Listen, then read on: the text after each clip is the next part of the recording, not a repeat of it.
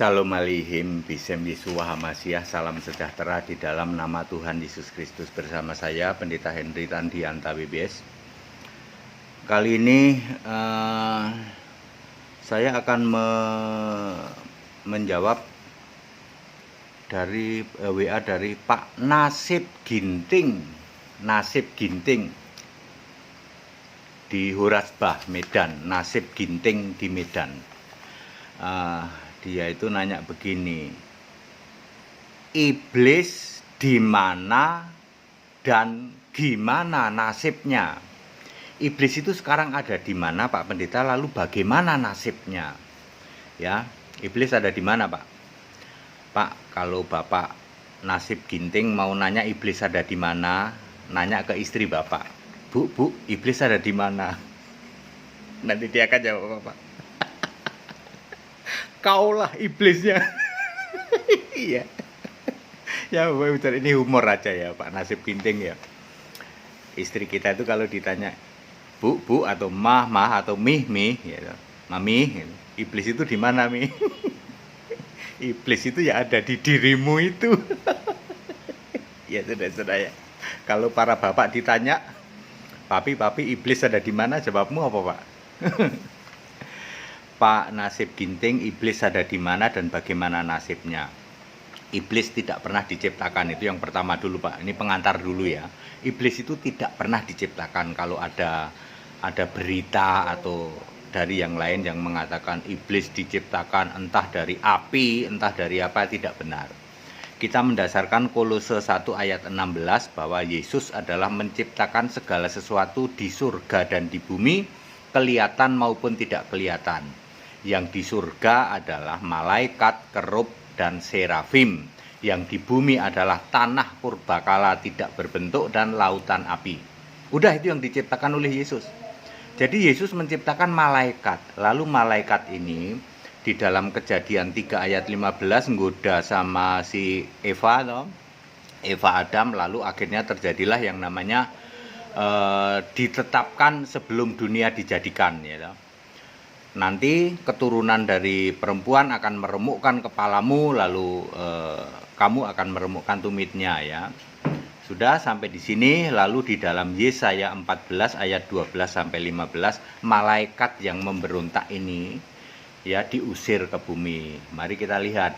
Kalau di surga tidak disebut iblis, Pak, disebut naga merah padam yang besar, berkepala 7, mahkota 7, tanduknya 10, berarti ada 3 kepala yang bertanduk 2, jadi 4 ditambah 2 kali 3, 6, jadi tanduknya 10. Ini di dalam Wahyu 12 ayat 3, Pak. Di ayat 4, ekor dari naga ini menyeret sepertiga bintang ya. Bintang ini malaikat, sebab di dalam ayat 9, naga besar itu si ular tua yang disebut iblis atau Satan ya, itu dilempar, yang menyesatkan seluruh dunia. Dunia mana yang disesatkan oleh si ular tua? Dunia Eden. Eden itu adalah miniatur dunia ya, Taman Eden. Dilempar ke bawah, artinya Eden itu di atas, dilempar ke bumi. Bumi yang dimaksud tentu saja darat dan laut ya, beserta malaikat-malaikatnya. Malaikat-malaikatnya adalah bintang-bintang itu ya. Di dalam Wahyu 12 ayat 12 ya, celakalah bumi dan laut ya, sebab yang disebut darat ya, darat dan laut ya, bumi dan laut, karena iblis sudah turun. Di dalam Wahyu 20 ayat 2 itu disebut iblis dan Satan. Tetapi kalau di dalam Wahyu 12 ayat 9, iblis atau Satan, karena ini roh, mau dan, mau atau, mau serta, mau plus, podo wae sami mawon ya. Lalu iblis itu kemana itu, Pak? Itu asal usul iblis ya. Di dalam Yesaya 14 ayat 12 sampai 15, iblis ini ingin menyamai Allah Ta'ala, Allah yang maha tinggi, lalu diusir, dimasukkan di dalam liang kubur paling dalam yang disebut kerajaan maut ya.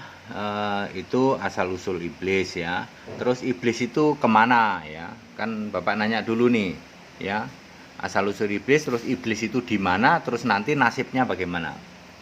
Iblis itu kalau kita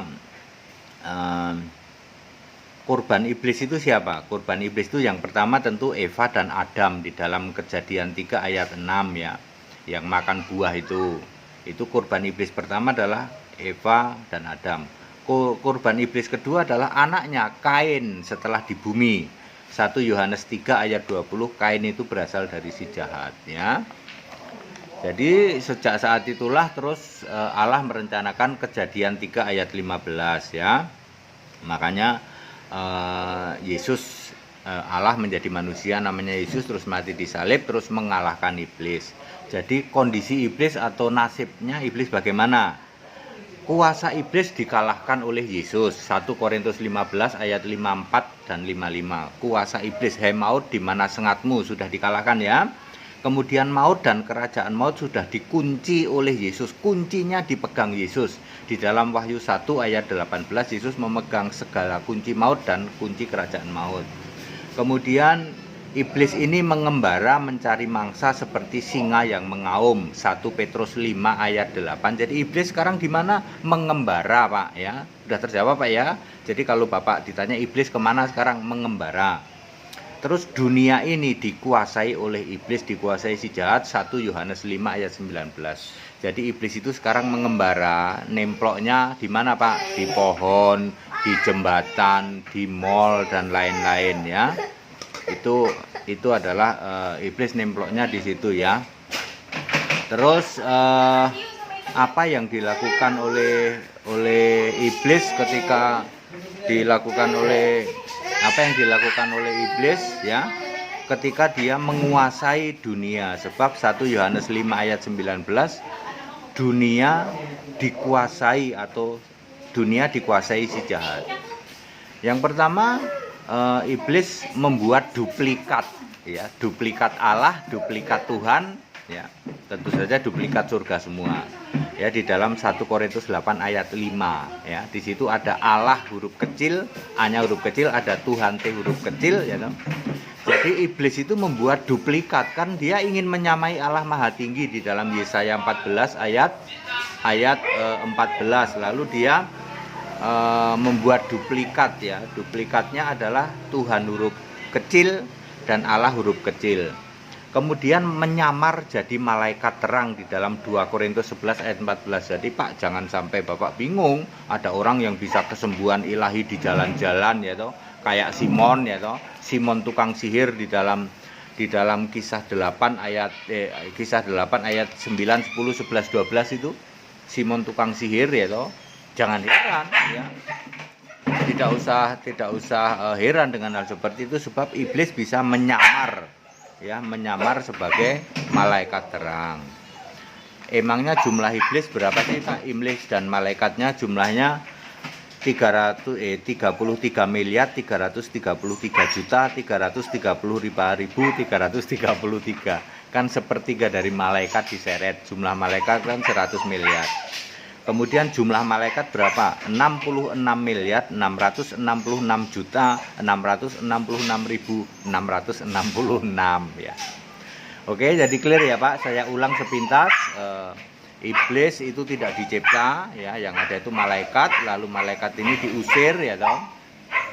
Diusir ke bumi ya, lalu di bumi sudah dikalahkan oleh Yesus ya. Sudah kuasa maut sudah dikalahkan, tetapi dia masih mengembara dan dia menguasai dunia ini. Cara menguasai dunia dengan cara dia membuat duplikatnya itu Allah duplikat dan Tuhan duplikat. Tentu saja di situ surga duplikat ya. Makanya jangan heran kalau mendengar ada Allah kok perlu dibela, itu Allah duplikat. Ada Tuhan kok perlu dibela, Tuhan kok tidak maha kuasa, Allah kok tidak bisa menjamin surga, itu Allah duplikat, Tuhan duplikat, itu Allah ciptaannya iblis ya. 1 Korintus 8 ayat 5 ya. Kemudian iblis ini menyamar menjadi malaikat terang di dalam 2 Korintus 11 ayat 14. Jadi jangan heran ada orang teriak-teriak, Yesus, Yesus, engkau penyembuh, pamer di jalan-jalan. Itu iblis yang menyamar jadi malaikat terang. Buktinya pendetanya, pastornya tidak nyembah Yesus. Gimana Pak Gino Pak? Teriak-teriak di jalan-jalan, Yesus engkau penyembuh, in the name of Jesus be healed. Tetapi cek pendetanya nyembah Yesus enggak? Enggak, itu berarti iblis menyamar jadi malaikat terang. Ya, menyamar malaikat terang seperti itu.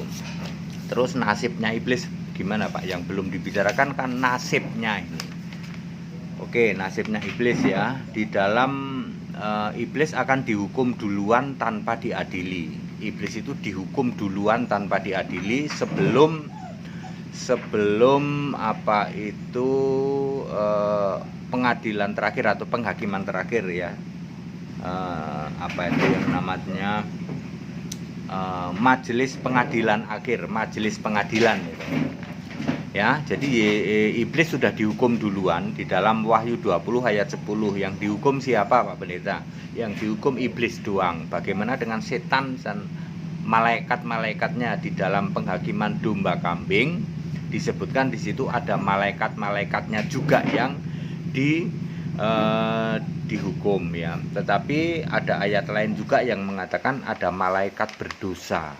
Ya, malaikat berdosa yang cuman diseret-seret oleh iblis, kemungkinan itu tidak dihukum. Makanya di dalam dunia baru ada orang jahat juga. Silahkan dibaca Wahyu 22 ayat berapa ya? Ayat 15 mungkin ya. Di situ ada apa itu? Ada orang-orang jahat, malah disebut anjing-anjing ya kalau tidak salah ya. Wahyu 22 ayat 15 coba dibaca ya. Di situ karena masih ada pengaruh dari roh-roh jahatnya. Oke. Jadi nasibnya iblis adalah dihukum duluan tanpa diadili. Di dalam Wahyu 20 ayat 10 dimasukkan ke dalam lautan api, siang dan malam disiksa selama-lamanya. Ya. Siapa teman-temannya iblis? Tadi ya kan di tayangan sebelumnya sudah saya jawab ya. Itu ada di dalam penghakiman terakhir nanti. Penghakiman terakhir domba kambing berarti yang jadi teman-temannya di sana siapa? Artinya Kristen kambing di dalam Matius 25 ayat 41. Kemudian nabi palsu dan guru nabi palsu dan mesias palsu di dalam Wahyu 20 ayat 10. Mesias palsu disebut binatang ya. Kemudian orang Yahudi yang ular beludak di dalam Matius 23 ayat 33 ya. Itu juga masuk di dalam lautan api. Jadi majelis pengadilan akhir itu terdiri dari Yesus dan 12 rasul. Matius 19 ayat 28 disebut majelis pengadilan ya. Di situ Yesus disebut yang lanjut usianya ya. Ini linknya ke Wahyu 1 ayat 13 sampai 16. Clear ya. Jadi nanti yang menghakimi itu adalah Yesus plus 12 rasul di dalam penghakiman terakhir. Jadi nasibnya iblis bagaimana? Dihakimi tanpa diadili. Di dalam Wahyu 20 ayat 10, teman-temannya iblis di neraka, di lautan api adalah Kristen kambing, nabi palsu, mesias palsu, otomatis guru-guru palsu, kemudian orang Yahudi, ya orang Yahudi yang menolak penyembah Yesus, tentu saja plus orang-orang yang tidak percaya Yesus dari keyakinan-keyakinan lain di luar Kristen. Padat, singkat, dan clear ya. Ini semua ayat Alkitab. Pak Pendeta, kok Pak Pendeta bisa lancar banget baca ayat-ayat bahkan tanpa noleh-noleh, nggak lihat-lihat catatan. Ya saya sudah hafal saudara-saudara ya, karena tiap hari juga dihujat caci maki. Tayangan kami kan 2600 lebih. Kadang-kadang meleset sedikit ayat ya, mohon dimaklumi ya. Bapak Ibu Saudara, padat, singkat, dan clear. Iblis di mana dan bagaimana nasibnya sudah dijawab ya. Segala hormat kemuliaan untuk Yesus Allah yang benar adalah segala masa sebelum segala abad sekarang sampai selama-lamanya. Tetap bersama saya Pendeta Henry Tandiata BPS. Haleluya, amin.